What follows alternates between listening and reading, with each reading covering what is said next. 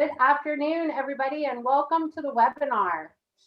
Today, we are in our final session of the series, Stay in Control. It's been all about empowering patients to take control of their heart failure. And today's session is so exciting. This is going to be tools and tips for caregivers of heart patients. Before we begin, I just want to give a couple of little updates. Mended Hearts' mission is to inspire, hope, and improve the quality of life for heart patients and their families through ongoing peer-to-peer support, education, and advocacy. We have new ways that you can reach us.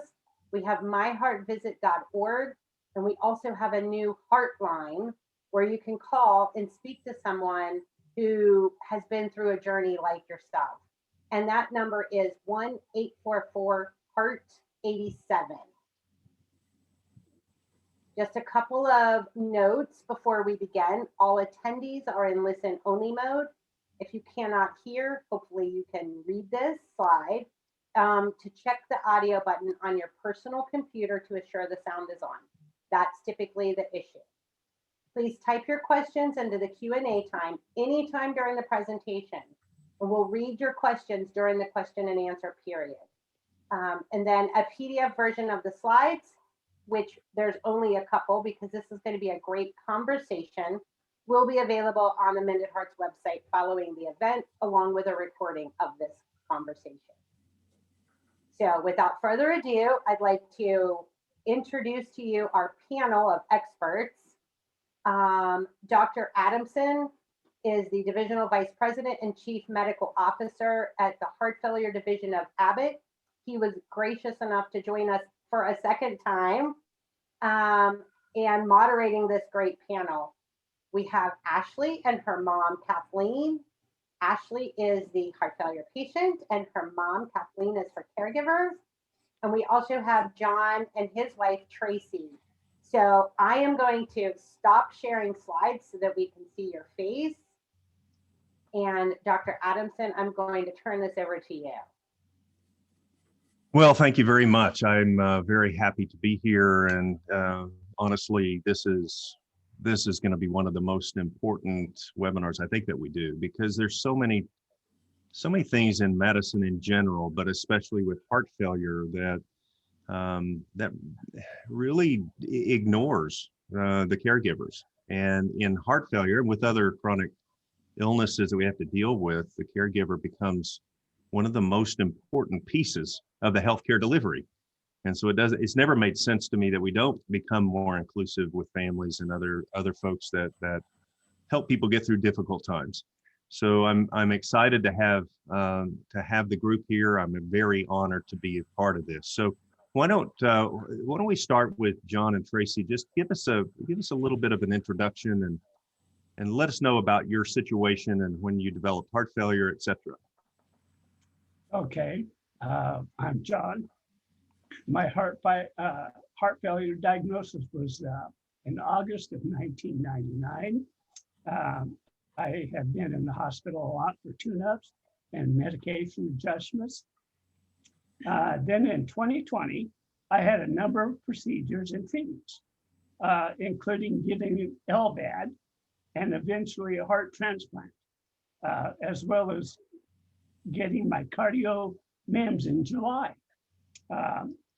My goal is now to get back to work. My caregiver, this is Tracy, my wife of 20, going on 24 years.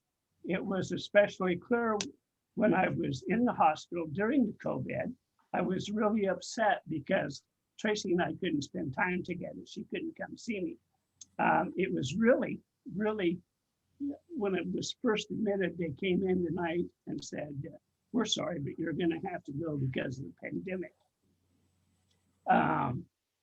So I relayed and I rely on Tracy because she is my rock for strength and support.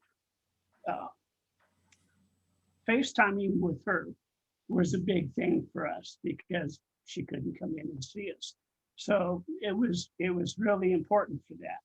Talking to her helped me, but seeing her made me feel stronger. like I could handle whatever was coming next. I can't imagine how hard it would have been not being able to see her at all. We are a team, and she has always been there through every step and every procedure. And again, I say, she is my rock. Thank you. So I'm Tracy. I've been a care partner. In our case, it's care partner for quite a while. My dad was a heart failure patient as well as John, and our family is very close. So I was involved in his care as well before John was diagnosed. It was a little easier for me because I wasn't completely blindsided from those symptoms. As John said, we've been together for almost 24 years, and we've been dealing with his heart failure journey for 22 of them. And you learn many things through these treatments, and some of them I didn't really want to know, but knowledge is power, and you learn what you need to get you through. I did, although, find numerous reasons I'm not a nurse.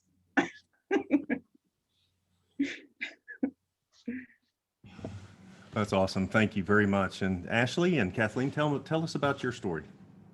Hi, I'm Ashley. I was diagnosed with congestive heart failure, left bundle branch block, mitral valve prolapse regurgitation, and SVT in March of 2016 when I was only 35 years old. I spent my first year really in and out of the hospital for fluid-related issues. In January of 2017, I received the CardioMEMS implant, and for the past almost 4 years, I've hardly had any hospitalizations or fluid-related issues that have required me to go get an infusion or anything like that. My mom, Kathy, is my caregiver, and I had to eventually, stop working and move in with my parents, to help me try to get better, at least to a stable point. And we've always been really, really close. We've always been friends. But this whole journey has made us closer. And, I've always valued her as my caregiver and known how important she was on this journey. But I think just the stark contrast of dealing with heart failure during COVID really kind of brought that to light even more. I was hospitalized in February, not for heart-related issues, and I was in the hospital for 10 days, and I was really, really sick. And,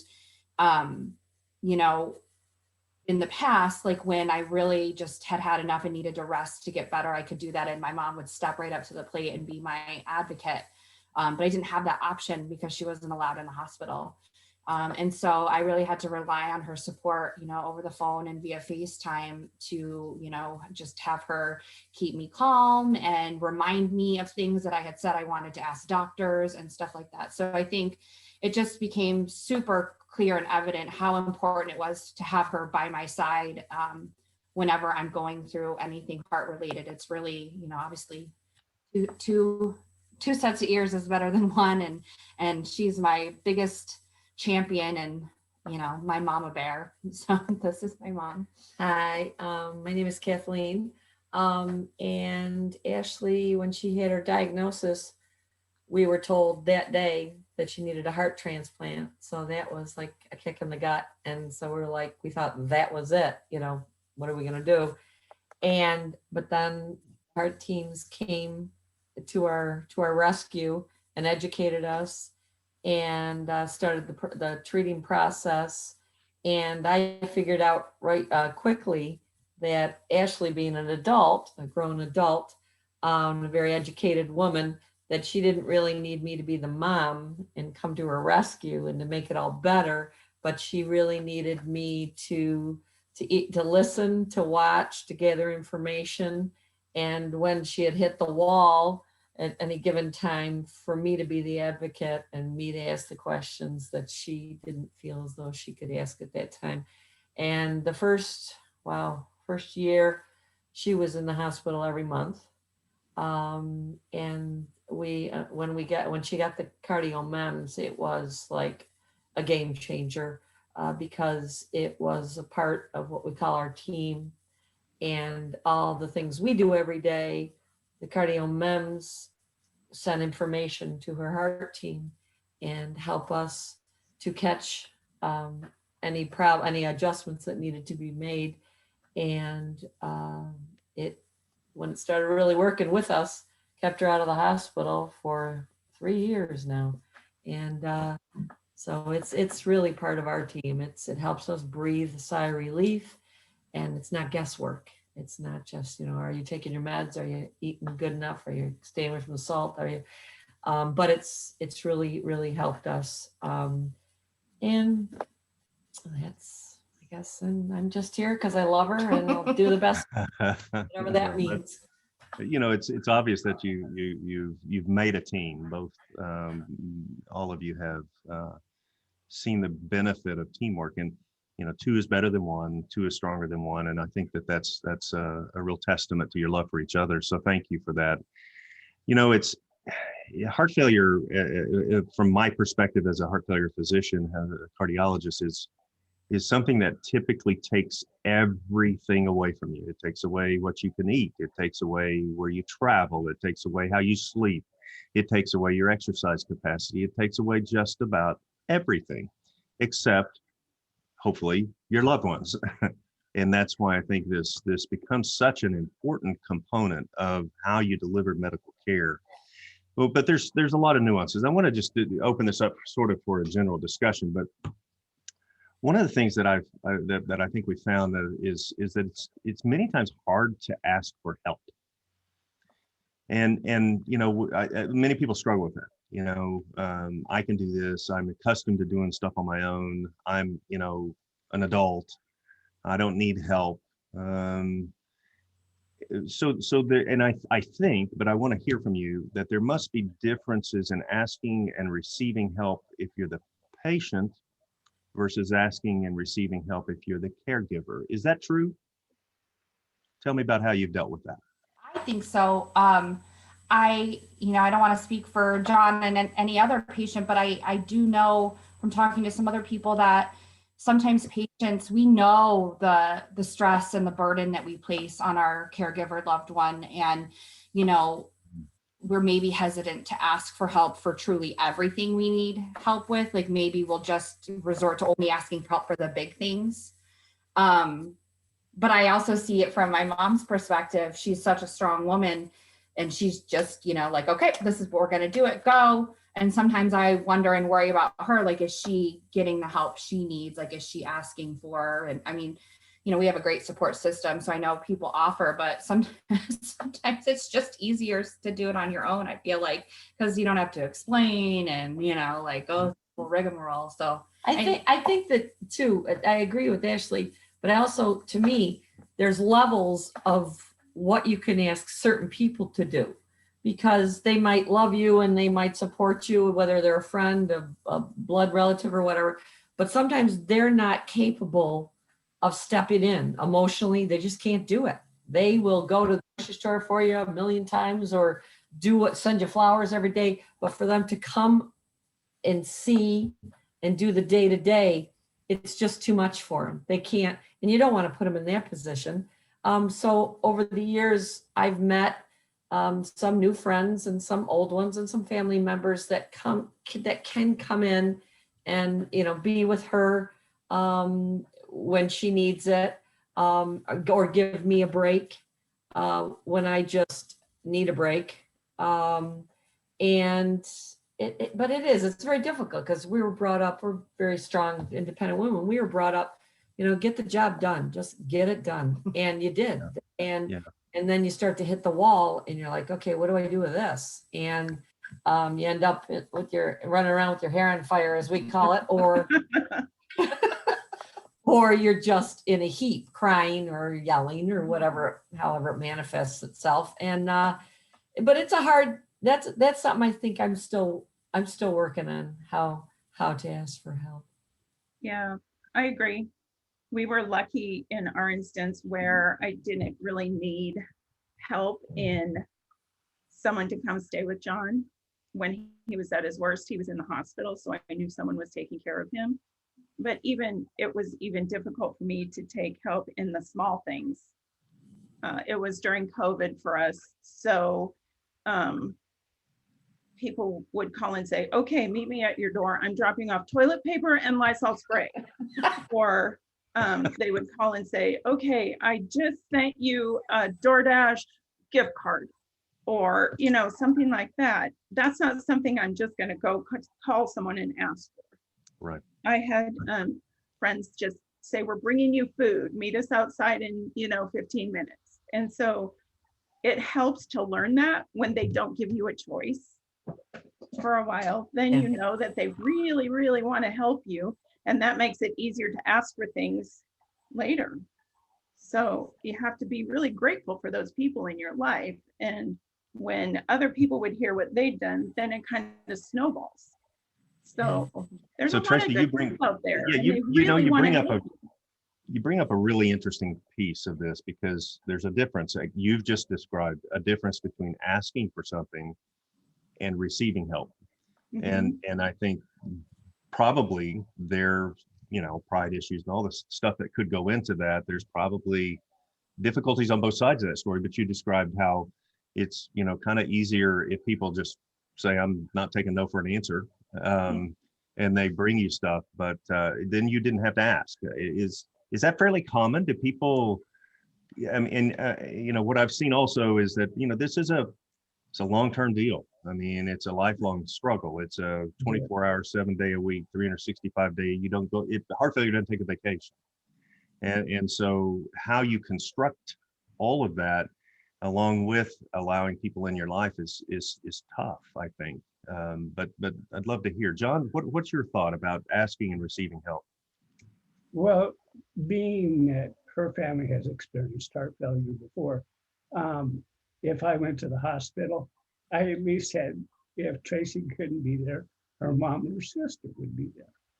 And if her sister couldn't be there, then the mom would be. So, I mean, we run in a pack, and they always kept track of me. And if Tracy needed time off for something, then her mom or her sister would step in and take care of things. But in our case, again, we didn't have to ask for that. Right. It just showed up. It was a given. So we've been very lucky that way. And then when this last year being in the hospital for so long, I thought it was fantastic that her fellow employees would call and say, hey, Trace, do you need this? We can bring this. Do you need that? We can bring that. So, I mean, they were also concerned. So you never really know how many people you affect in your lifetime around you that are willing to jump in and give you a hand and try to take care of a need if there is a need. So to me, it's taught me if you need help, ask for it, because it's there, whether you want to or not. And I, being Superman at times, didn't think I needed the help, but it was there. Yeah, and I think too, at least in our, you know, our experience, it's not necessarily that we don't want to ask for help. That's just one more thing to do, like to take the time out. Who can I call? Who do I feel like I am comfortable enough asking for this, that, or the other thing? And you know, it's easier sometimes to just do it yourself. And it's the same with like updating family and friends and stuff like that for you know, like health updates. And, you know, sometimes it's just easier to just do a mass message so that you're not like relaying the same information over and over again, because for the caregiver, that's exhausting and hard. For the patient, it's super exhausting to keep talking about it over and over. And so I think sometimes it's just, you know, subconscious. It's not that we're fighting help. It's that we just don't take a second to stop and breathe and think, what do I need and what do I need to ask for? Well, too, because you being a grown woman when you were diagnosed, like I said, I figured out that she didn't need me to speak for her, nor did she want me to speak for her. That it was better for me, just I would watch her and take my cues from her. And as sick as she was, she still said, no, I'll put it out there after after I get to the hospital for my first diagnosis, I'll put it out there. And we started Caring Bridge. And so from that point on, when she has a life-changing operation or something happens in her life, in her journey, she puts it out there. And it's best for me because I can't remember all the details and I'm not sure what she wants to say or what she doesn't want to say. So I just try to respect it and let her put the word out there. Yeah, So it's, for us, it's important. I'm sorry, Tracy, go ahead. I just interrupted you That's rudely. okay. Please I was forgive just me. going to say, for us, I'm so grateful for copy and paste in my text. I don't want to give too many details, but everyone just wants to know that everything's on an even keel or, whatever the next thing is. And so I'm very grateful for how easy the phones now have made everything for us. That's amazing. Well, you've obviously kept your emotional and connections with the ones you love in this disease, and it's kind of interesting to see how people react when people have a chronic problem. What are some of your pointers? How do you stay connected? How do you stay? You overcome all of the hurdles and then you do it together. It seems, at least from what you've described, and we're humans. I mean, how do you maintain that over the long run? Well, we do it ugly. Yeah, I was just we have this thing, whether it has to do with your health or anything, we do it messy, but we do it and it's done. And so, I'm not going to say it's all sunshine and rainbows. As much as she wants to try to know what I'm going through and I want to know what she's going through, neither of us will ever be able to 100% fully understand what it's like. So we have our moments where we maybe butt heads and we might scream or slam a door. I'm not running up any stairs or running anywhere away from her. But so sometimes we have our outbursts. If it ever happens in the hospital, she just sits in the corner and furiously does her coloring and I just put in headphones and we have our moment. But for the most part, I know Tracy and John have said, we have a sense of humor about things that most people probably wouldn't think is funny to joke about. What doesn't kill you gives you a morbid sense of humor is what I like to say. And we try to be respectful of boundaries, especially me as an adult living in my parents' home. I still try to, make my time away from them so my parents can still have their time together as a couple, and or even even if it's just my mom or my dad, let them have their own alone time, and they do the same for me. I think it's important to have boundaries still, but also be comfortable enough that you can cry uncle when you need a break or something is just not working. Also to make in a situation like ours, I want Ashley to know that she's special and valued, and that it's important for she's found that she's an amazing cook. So basically she is the cook. She is the meal planner. She is and it helps us because she does it in more of a healthy way. And when she's up for it, she does some shopping and stuff, so that it's I gladly, after 35 years, defer the kitchen to her. And so it, everybody's got to have their role in a family, and for her to have to move in with her parents, or as Pete and Kate, she calls us. Sometimes the landlords, I call them. You have to find your way. You have to, I can't imagine, I know she had a hard time, and we talked about it for quite a few years before the switch clicked, where she feels as though she's finding her purpose, or another purpose in life. She thought she had it all figured out when she was younger, but she's figured it out again, as we all are. But we all need to feel valued, and that we've got something important to do today, no matter if it's just, get up and take a shower, or do a meal, or, that kind of stuff. So, yeah. Mm-hmm. Mm-hmm. How about you, John and Tracy? How do you maintain So all that through all that you have to go through? Well, being spouses, it's different for us than it is for them. You make an effort. You always make that effort. I'm not sure we ever really had any boundaries with each other. So, that really hasn't changed. But I mean, you're always going to have disagreements. not necessarily about anything health related, but I think sometimes that stress causes some things because the stress is so high. But anyway, we make, like right now, we're holding hands. I mean, we make an effort to hug each other and kiss each other and hold hands. And when we do have disagreements, I mean, sometimes you just have to walk away, but it's always something that's resolved at the end of the day. It's not something you let carry over. You can never do that.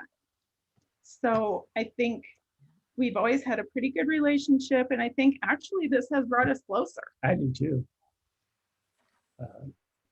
We have a 2-bedroom apartment, and when you get aggravated with somebody during the COVID outbreak, where are you going to go? I mean, We separate ourselves, luckily, not by very much. yeah, luckily we have a balcony, and if it's at halfway decent temperature, I could go out and sit on the balcony and drink a cup of coffee and think about what I did wrong or what we need to do to straighten things out. You know, maybe it was something, you know, one of my flippant comments that just starts the ball rolling. So then I have to go back and say, okay. That does happen. Yeah. Okay, Tracy, you know, I really didn't mean that. It just popped out, but I love you dearly. I always will. And that's the way it is. And I am very grateful that I have her by my side. And here we are laughing about it, Yeah. which is just the best thing ever. I mean, that source of humor can come from anywhere. Turn your head. This is how much John's ponytail has grown since he started in the hospital over a year ago. If you look at my other picture, I don't have any. But, you know, I mean, it can come from anywhere. and Exactly. We have one story that we will never forget. You know, my main heart failure team is in New York City, and it is the emergency room setup is unlike anything we've ever experienced, and I don't think most people have. We call it the 7 layers of hell, and you get like from triage to an open room to an area to a team and then you're eventually. But we had, it was like we were 11 hours in this whole transition before we got to a room, and it was freezing cold. So she stole bed sheets and was using them as a cape. And, you know, we're like, There was music involved and we were losing it. but you just have to make the bet. Like you just always, like, even if there's a disagreements or, you know, something happens or there's a bump in the road, like you said, you have to resolve it quickly and not to be morbid because you just never know what's going to happen. And so I think we all try to just find the levity and the humor in every situation that we can, because sometimes we can't find it, and that's just what it is. And so whenever we can find it, and we can make the best of it. That's right. Life isn't guaranteed for any of us tomorrow. It's the same for all of us. Just some people have a few more strikes against them. So making the most out of every single day is so important to us. Mhm. We just went to see my mother for the first time since Christmas of oh boy. 2019. Wow. And so starting to get back out and be with our family other than FaceTime has just been phenomenal for our attitudes. Yeah. And that's where the craziness began. It's hereditary. I had no choice. Yeah. We're not apologizing for anything anymore. They don't either. Well, just think how you would feel if you came around the corner. So, I'm sorry. I'll tell them. Okay, so the first time we went home, we came around a corner and there was a red blanket laid out in front of my mom's house for a red carpet and a big welcome home sign on the door. So, I mean, you take your happiness and fun wherever you can get it. Absolutely. Absolutely. Until you're in this situation, each and every day is a gift, which we are thankful for in my book. Yeah. Well, we have a couple of questions from the audience, and I would encourage the audience to use the question and answer feature of our webinar if you have questions. So the first question for all of us is, it's hard for family sometimes to understand that I might need help, even when I'm looking really like I'm doing pretty well and seem to be doing fine. But there are days when I have a hard down day. It's hard to ask for help since I have to explain and need support. I live alone. COVID's been worse. What are tips that you have to include family in general, but also during this challenging time during our COVID pandemic? There is one thing, and I know I heard it before I was diagnosed, and it's called the spoon theory. And it, I think, is a perfect kind of neatly packaged way to sum up how somebody with a chronic illness lives day to day. And I think it's written in a way that helps other people who aren't sick to understand. And I'm not going to get it all right, but essentially it's like, imagine every day whether you're healthy, sick, whatever, you only have a certain set amount of spoons, and it costs 1 spoon to shower, and it costs 1 spoon to make your breakfast. And when your spoons are gone, you don't have the energy to do anything else. And someday you may wake up with no spoons. Someday you may wake up with 10 spoons. I think educating and like helping family members, just really, like, we all hear but you don't look sick, you look fine. Yeah, I look fine, but I'm 40 years old and I feel like a 99-year-old woman on the inside. Like my body's just doesn't cooperate.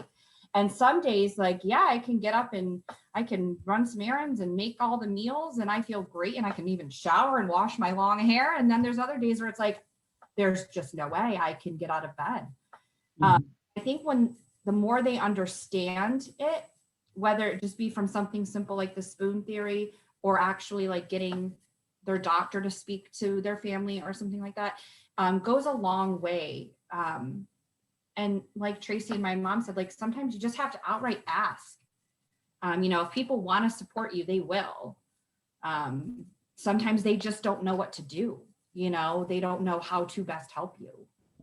Right. Yep, you just have to get brave and just tell them that you need something. And maybe opening a conversation like with the spoon theory is a really good way to do that, And sometimes, like you said, though, it's good to have those people, and I don't always have something specific, but as I get to know those people, and Ashley and I are talking about our needs, or we need help doing this, or, something, and then all of a sudden we'll look at each other and go, we could ask so-and-so to do, somebody new who has been there, who seems to understand, who seems to fit in our team, and it doesn't make them anxious or anything like that. They just come on in and help.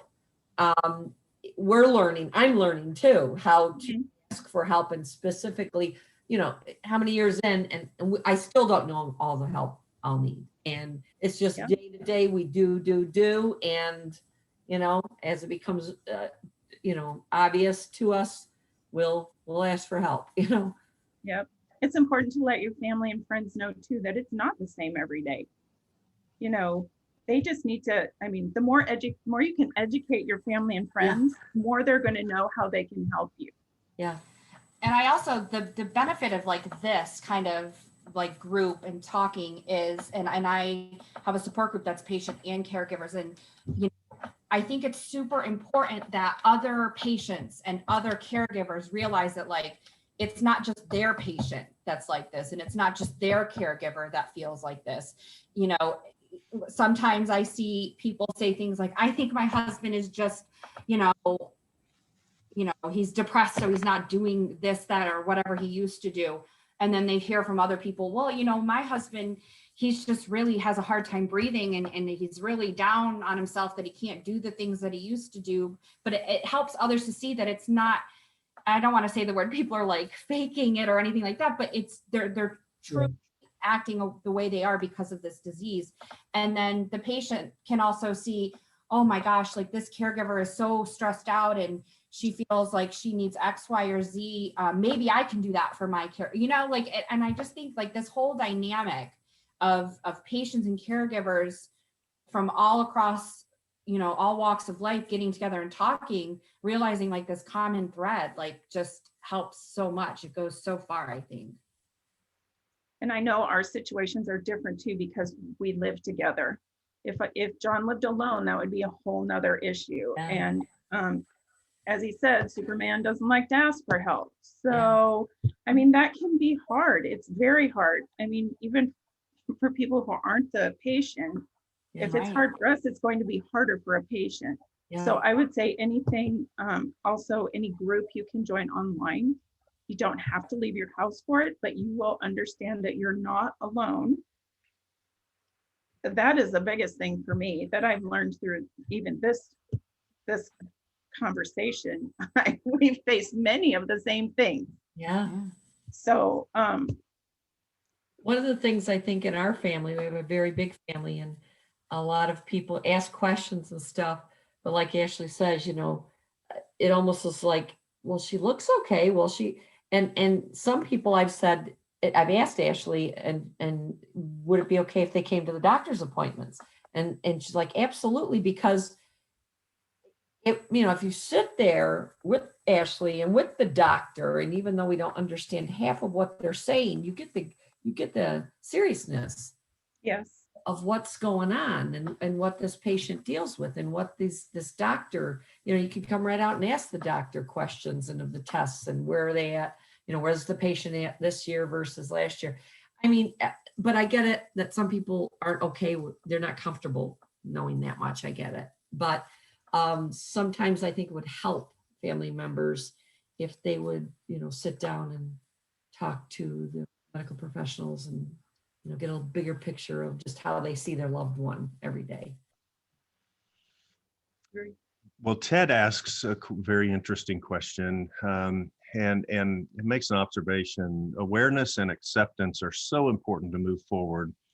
How long did it take for both people, the patient and the caregiver, to accept the changes ahead from when you became aware of the diagnosis? So I was a very busy attorney, and I was working a second job, and I was just kind of like going nonstop. And I think when I was diagnosed initially, once I kind of hit that wall and my body and the adrenaline and everything kind of stopped, and the diagnosis, like I like to say, caught up with me, and I was just so tired. So at first it was just kind of like surviving in the hospital. And like my mom said, I was told right away that I needed a heart transplant. And so I'm trying to process that and thinking, I'm 35 years old. Like I have no family history of this. What is going on? And I was not all together. Like my EF was less than 5. I was just not there. And then I was transferred downstate to an advanced heart failure clinic where they were like, no, there's 30 steps before we get to a transplant. Let's try all these other things first. I think that is when I became aware. And once I started to improve, even though I was still in the hospital, I started to research, because that's just who I am, my background. I just read. And I might get here. I still don't think I accept it. I've come a long way, and I give myself grace, and I'm kind to myself about the things I can't do, but I don't ever think that I will stop missing doing the things that I used to be able to do. And as much as I love my parents and my family, and I literally couldn't do this without them, I miss my autonomy and living on my own. And so I think, I do accept it to some extent. Like I don't fight it. I deal with depression and anxiety, but I'm not like where I was. Like, I have great days. Like even when I'm not feeling well, I have great days. And so I think for myself, I don't think I'll ever 100% accept it. I've accepted it enough to live a good life. But there are still things, like I am not able to have kids because of my heart failure, and I always wanted kids. And so even though I've worked on coming to terms with that, it's like every once in a blue moon, like something will hit me and I'll be upset and be very, angry or hurt by that. So I think it's a constant, like for me as a patient, evolving, dealing with, the acceptance part. But it definitely helps when you accept and you acknowledge it is what it is. It does help you in the process. And every step of the way. I mean, she was very motivated from birth. She told us she was going to be a weight attorney and a tap dancer when she was 5. We knew what we were dealing with. But months before she got diagnosed, she started this sleeping. And there was, not to judge me or anybody in the family who's used to seeing her so active. They're like, thinking she's depressed, thinking what's going on. And I remember I bought a sign and put on her door. And what did it say? It says, "Let her sleep, for when she wakes, she will move mountains." And there. And after she got diagnosed, we both looked at each other and going, we just got to wait a while before she can move mountains, or maybe they won't be mountains. Right. But it puts in perspective that, this is what you're dealing with. But when she's, feeling brave and feeling good mentally or semi-physically, she can make a difference. And that's what I kept saying to her after she got diagnosed. It's like, the optimist, it's like, okay, I get it. This sucks, but there's got to be a purpose. There's got to be something. And so she just kept looking and reading and figuring it out. And she's on the path to figuring out. Have you accepted it? Have I accepted it? Yeah, I've accepted it. Our new normal, as we call it. Because we're from a family that we've always had to adjust. Military for 20 years, you just move. We moved 19 times in 21 years. And just when you think, okay, we can do this, it's like, now we're doing this. And so I'm strong in that way.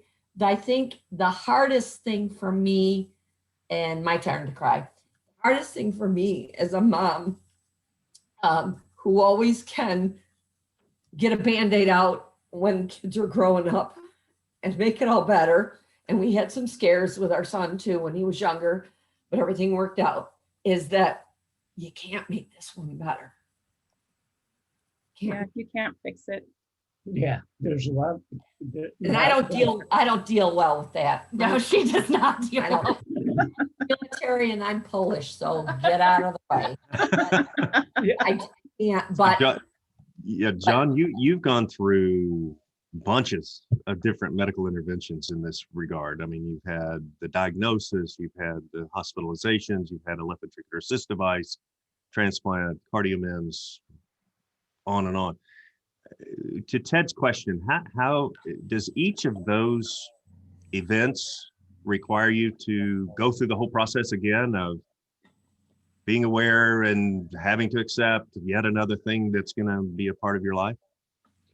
Well, when you stop and think about the grand scheme of things, these are little things. If I'm allowed to be with Tracy, they're little things, and you work through them. And when you have a great partner, it makes it even better. Now, you could have hit me with a ton of bricks, because in February of last year, I was at work. And of course, I never planned to retire. I just planned to work through to the time they put me in the box and put me in the ground, because that's the way I'm motivated. I mean, that's what I want to do. But in February, I was going down an aisle in a warehouse, and it was like the switch was turned off. I couldn't breathe, and I thought I was having an asthma attack. And when I called my pulmonologist, he said, "No, bud, it's worse than that." So Tracy took me to the hospital, and we thought maybe it was just a med update again. And my good old cardiologist came in and said, "Well, John, I got good news for you and bad news for you. The good news is, or I should say, the bad news is you're at the end of the line. There's not anything else I can do for you. You're going to need a heart transplant." And at that time, Tracy and I looked at one another and thought, "What did you just say?" And he goes, "I can't adjust your medications anymore. We're at the end of the line." And so I said, "Okay, now what's the good news?" He goes, "Well, I've made an appointment for you at the Med Center here in Omaha, and they're going to take a look at you, and you're leaving this afternoon at 1 o'clock. So I was there. They did their diagnosis. And through all this, Tracy and I just talked about it, and I said, unfortunately, it is what it is. You can accept it and work through it and do the best you can, or suffer the consequences. Well, we worked through it. All the procedures, all the tests, all the time in the hospital, all the surgery. And when they said heart transplant, Tracy and I had a long talk about that, of whether we were going to, if I was willing to commit to the time to do it. And I said yes, because I still want to be here. So we've worked through it. You're just changing one set of life circumstances for another set of life circumstances. And I plan to go back to work in July of this year. So I'm ready to go. I've had enough of the pandemic and enough of being locked up. So I'm ready to get back to work. I understand. That's awesome. Well, Betty says she has, one of our audience members has just a comment really, and I want to share this with you because it's awesome. She said, wow. She said, I'm in tears. I love the fact that they have someone sharing the journey, and she lives alone and has not really learned how to ask and receive help. And she says that she needs help with just about everything. She still drives and manages her house and medical things and stuff like that, but she struggles with these things, and she's just sharing. She's never shared it before, and learning from your sharing, I think her life is going to be changed. So this is awesome. So thank you, Betty, for sharing that with us. And when somebody told me one time, Phil, do you like to give things to people? And I love to give things to people. I'd spent my whole life giving people things, and they said, well, when you don't allow people to give to you, you deprive them of what you have just told me is one of the major parts of your life. Yes. I'm thinking, well, I've never thought of it that way. So, you're doing them a favor by allowing them to give to you. So it's a big deal. I think that's awesome. Amy has a mom that she cares for, and I want to share what Amy has to say and see what your thoughts are. Her mom has heart failure, and she struggled to keep up with what she has to eat. So we'll get back to that whole food thing. Any advice for families who want to encourage a healthier lifestyle? Now, the lifestyle, of course, is what we eat, activity, and all that other stuff. Her mom is 74 and has sat watching soap operas and deconditioned during the pandemic. She'd love some advice, both for activity as well as for diet. She's on a 2,000 milligram sodium per day diet, as I'm sure that resonates or probably rings not too happy bells in your mind. Plus, she has other things going on like her kidneys and all that kind of stuff. So tell me about that. What would you tell Amy to help her through this process? I think Tracy can probably speak better to the dynamic between a child and a parent caregiving patient relationship. But, as far as like the food, there are so many resources online. I don't know if you use Facebook, there are a bunch of low sodium recipe and, groups of people commiserating, but sharing recipes and products that they found. I always liked to cook before I was sick. But I feel like it's out of necessity that I have just really grown to love cooking, because we have a lot of like traditional family meals. We're Polish, we have pierogi. I have other health issues that make me have to be gluten-free as well. So, I really struggled, and I didn't want to feel deprived. And I still wanted to be able to participate in, traditional family meals and stuff like that. So it's a little bit of work on the front end. But what I find is, pick any recipe, like whatever your mom loves. What does she love to eat? And it's really easy to just sit down with that recipe in front of you. And if you see the word salt, you cross it out.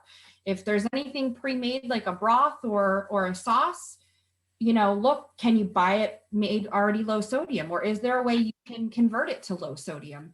And I know in some of the groups, even, if it just seems so overwhelming or you don't have the time, you can even say, does anyone have like a quick recipe to make like fake soy sauce, like to simulate the flavor? But I really try to urge people to try to still eat the things they love, but find ways to make them low sodium. There are a couple meal delivery services that have come out with low sodium lines. So, you know, if she lives alone, they're freezer meals. And you'd be surprised, just because things aren't labeled low sodium, there still are quite a few things, you know, lightly salted Ritz, and they have, you know, lightly salted wheat thins, and Lay's has lightly salted chips, and there's lightly salted nuts, and, you know, like little snack ideas. But really it's just being creative. And anyone else complains about there not being enough salt in it, you can show them the way to the salt shaker. But you know, my dad, That's right. was like, it's okay, but it could use some salt. That's what my dad always says. Like, well, there you go. But you know, you just lots of fresh herbs, lemons, limes, Yep. unseasoned peppers. You just got to mess around, play around with it. I think Tracy, did everybody in the family accept sort of this lifestyle? Was it easier for you just to all jump into the dietary restrictions and other things, or have you kind of segregated food for John, and how has that worked? No, we eat the same thing. John does a lot of the cooking, so he spends a lot of time on Google. It has become our best friend. We search Google for many things, and he's found several really good spice blends and rubs and Mexican flavorings that you can put together yourself with no sodium at all. That way you save your sodium for, I don't know, the tortilla or the whatever you're going to put on there. So yes, Google is amazing as well. In my parents' case, my dad wasn't quite as thrilled about following the way things maybe should have been. But he was also a diabetic, so he felt like everything was being taken away from him. So, you know, that was a whole different issue. And my mom did, you know, a lot of things to try and make it better for him with, you know, same old family foods. And so many of our celebrations are wrapped around food that you don't really realize that until you're trying to make them better. Yeah. So yeah, I would always try and come up with ways to make those family recipes as good for you as possible. The other thing is, you know, John might want a cheat thing, you know, which is fine once in a while, but you know, you can plan for that as well. So be really good before you know you're going to be bad, or we'll go out and he'll order something good for him and I'll order something else, and that way he can have a taste of what he wants instead of a meal of what sounds good. I mean, but cooking at home is our thing now. There's no fast food drive-through a couple of times a week. That is not happening. So we are being very creative.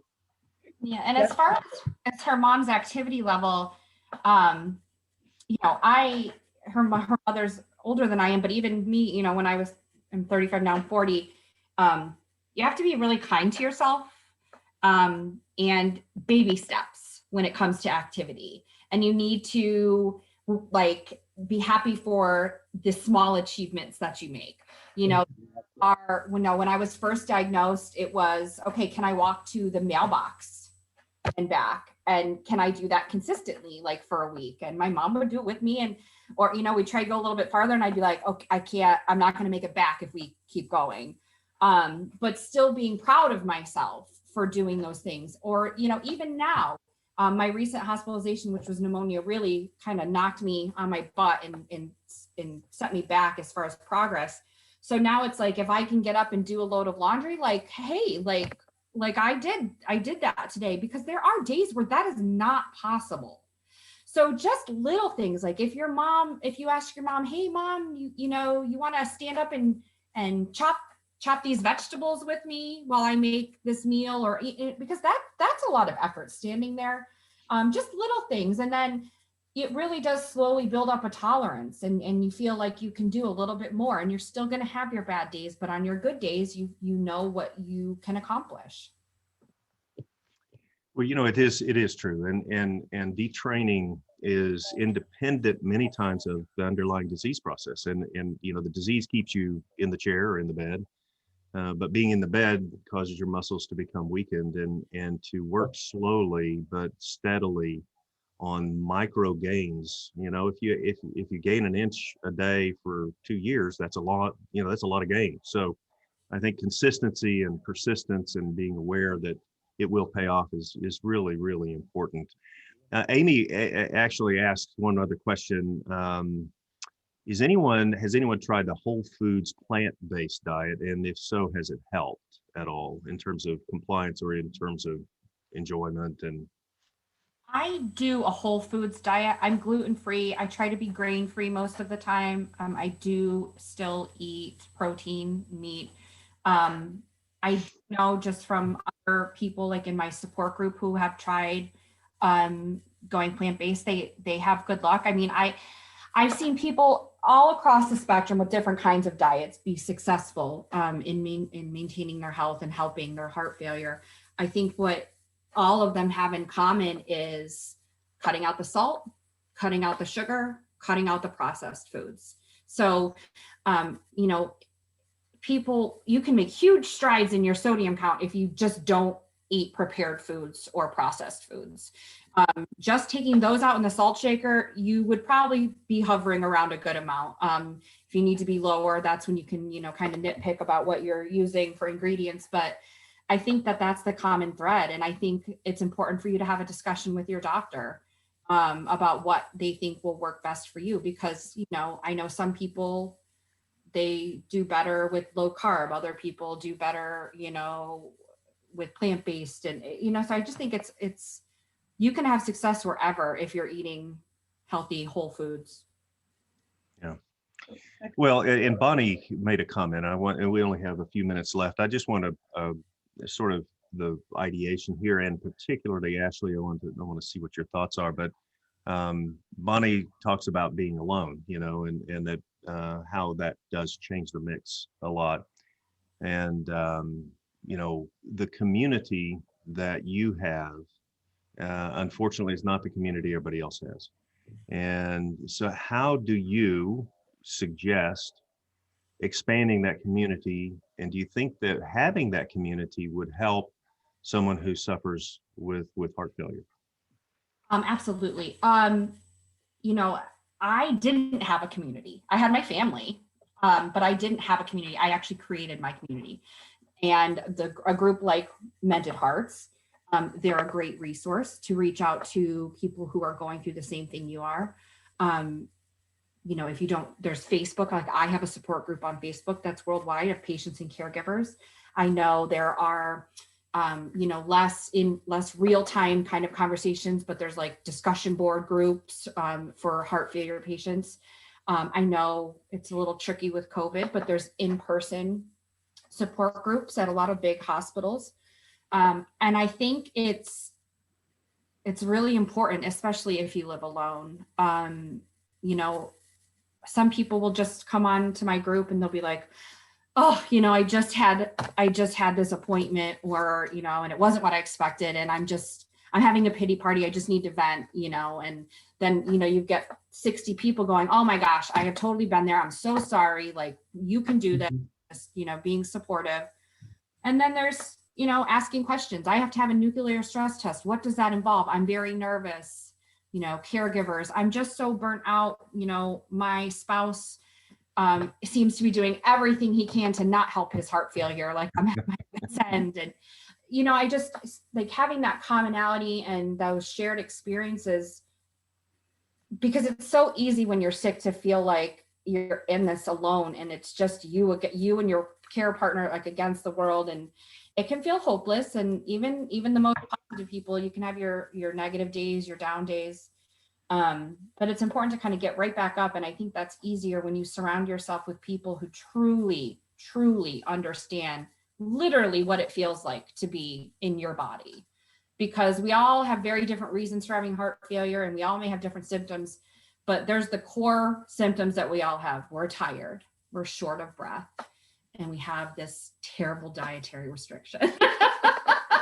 And so it's just, a lot of it's happy things are being shared. Everyone's trying to make each other laugh, but then you have the serious posts. And I think, I know it's helped me tremendously to know how caregivers feel from reading what other caregivers have to say, knowing that I'm not alone, that other people are going through the similar things. And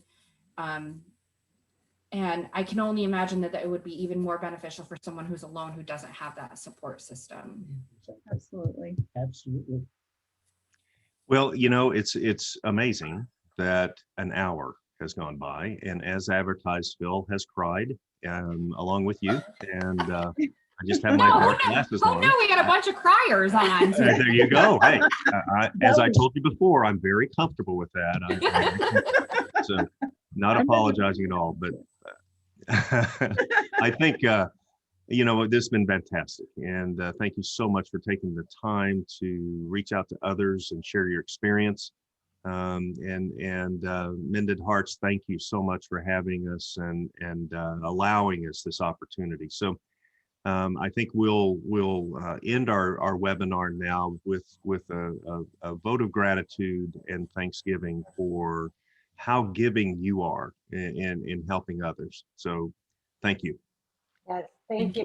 Thank you all so very much for spending the time with us. It was great to get to know you. And thank you everybody for joining, and everyone have a great day. You too. Thank Thank you. you. Bye. Thank you.